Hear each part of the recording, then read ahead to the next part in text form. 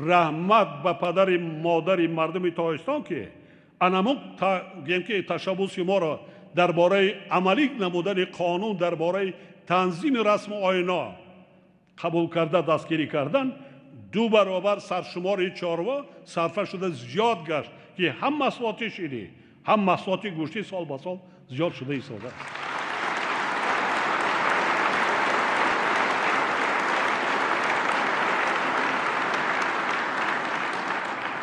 این هم امنیتی سلامتی مردم. ما دیدیم که گوشت مرغ و گوشت بای گفتن آورده چی می آوردن با ما.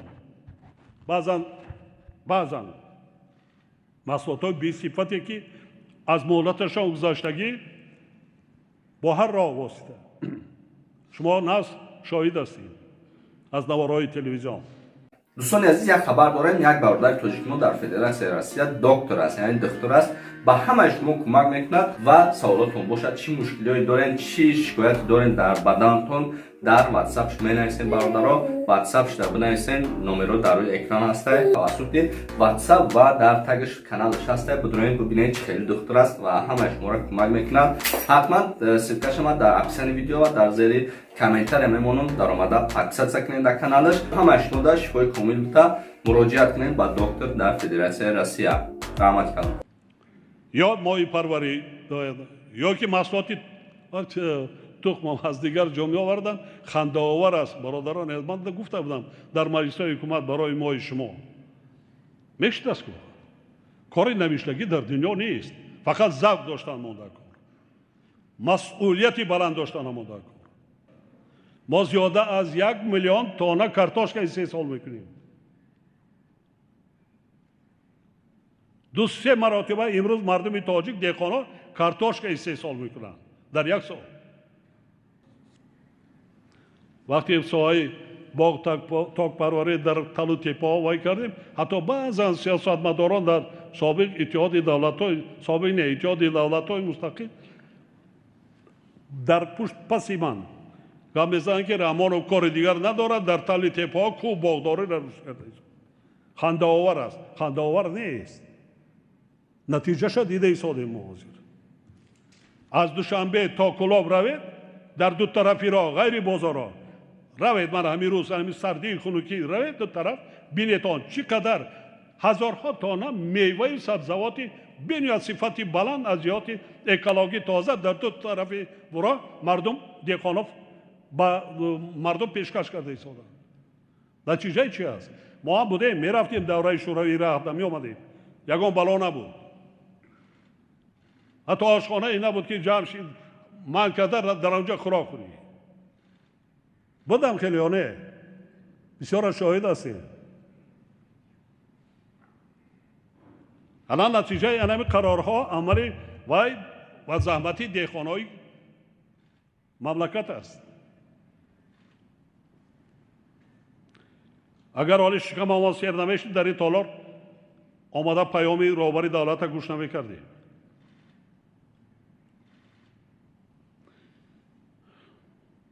با این مقصد می باید افزایش دادن استحصال محصولات کشاورزی بسیار مهم بوده. استفاده ثمراناک آب و زمین‌های کارم، تکنولوژی اینواتسیونی و اگرتکنیک پیشرفته از جمله بنیاد باغ‌های اینتنسیوی باید تامین کرده شود. من بعضا خطرها تهدیدهایی که پیشگویی‌هایی که از جانب کارشناسان سطح بین‌المللی اشاره شده ایستادم به شما میرسانم و به مردم تاجیکستان. چی ما را انتظار است سال 2021. اگر در یاد داشته باشید ماه اپریل سال 2020 در مراجعتی که ما به شهروندان مملکت کردم خب درباره تهدید و خطرهایی که پیش رو است که در فصل تیر ماه زمستان امسال و سال آینده بسیار دشوار و وزمین می شود. حتی خطر گرسنگی است. بالاروی نرخ‌ها می شود در دنیا. کمچینی محصولات غذایی دا آورده می رساند. انهموده آمده رسیدیم. طبق تحلیل‌های متخصصان و کارشناسان سازمان‌های با نفوذ بین‌المللی از جمله منشی سازمان ملل متحد سال 2021 در میقات سیاره از لحاظ تأمینات به آذوقه‌واری یکی از ساحه‌های وزین و حتی هلاکتبار در 100 سال آخر می‌گردد. این سخنان من نه، این سخنان معاون منشی سازمان ملل متحد دایر به آذوقه‌واری. ما باید سالهای نزدیک با زیاده از 1500 کیلومتر راههای بین المللی را ساخته به استفاده سپاریم. امروزها در ساحه نقلات تطبیق 15 لایحه دولتی سرمایه‌گذاری با مبلغ عمومی 8 میلیارد سامانی ادامه داشته. سال جاری تقریباً تطبیق 4 لایحه دولتی سرمایه‌گذاری به انجام می‌رسد. در دایره آنها قطعه‌های دوشنبه، قزلقلعه، شاهراه ماشینگرد دوشنبه باختر با خرج 1 میلیارد و 600 میلیون سامانی، کلاب شمس‌الدین شاهین و شکیف قلعه خم شاهراه کلاب قلعه خم با ارزش لایحه‌ای 780 میلیون سامانی و راه ماشینگرد کلاب مومن‌آباد با مبلغ قریب 250 میلیون سامانی ساخته به استفاده داده می‌شوند.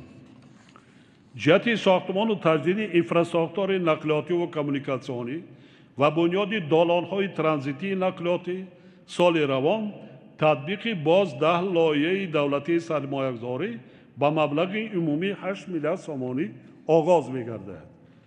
8 میلیارد عملی شده ایستاده است. 8 میلیارد دیگر بار روانه می‌کنیم.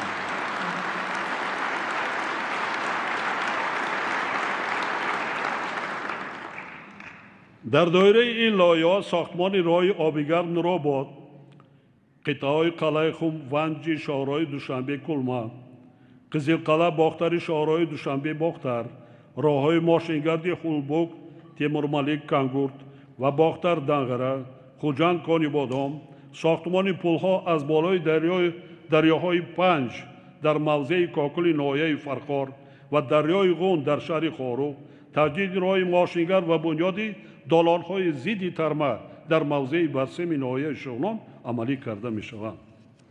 سال جاری لایحه کشی راه‌های ماشینگرد دنغره گلستان و گلستان کلاب پورا به انجام رسانیده. سال 2022 ساختمان آنها آغاز می‌شوند. این معلومات برای دپوتات‌ها بسیار وکیلان محترم ما عین مدعا، یعنی برای نه کسایی که از طرف درخواست‌هایی که انتخاب کننده داشتیم برای شما معلومات در کار بود، برای فعالتر در کارهای سازندگی بنیادکاری اشغال کردن.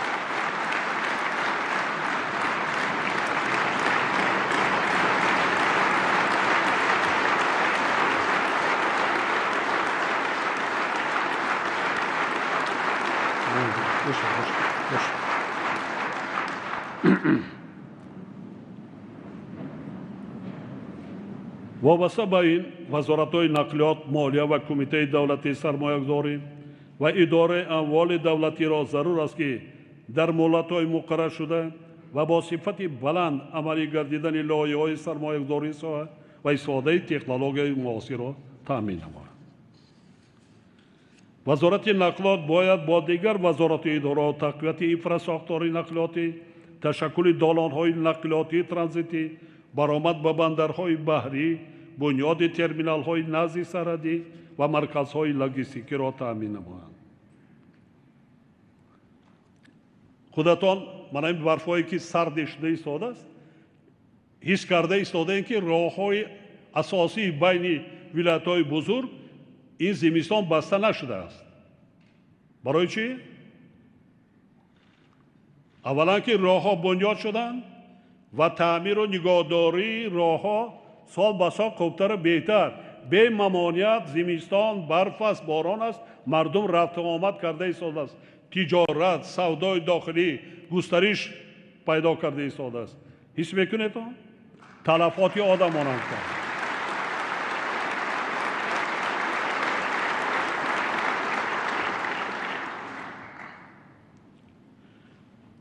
اکنون وقتی رسیده است که راه‌های داخلی بین ناحیوی، بین جماعت‌ها، بین شهرها، خب اینها در بین خود دهه‌های اهالی شهرک و محل‌های زیست آن را خوبتر بهتر کنیم.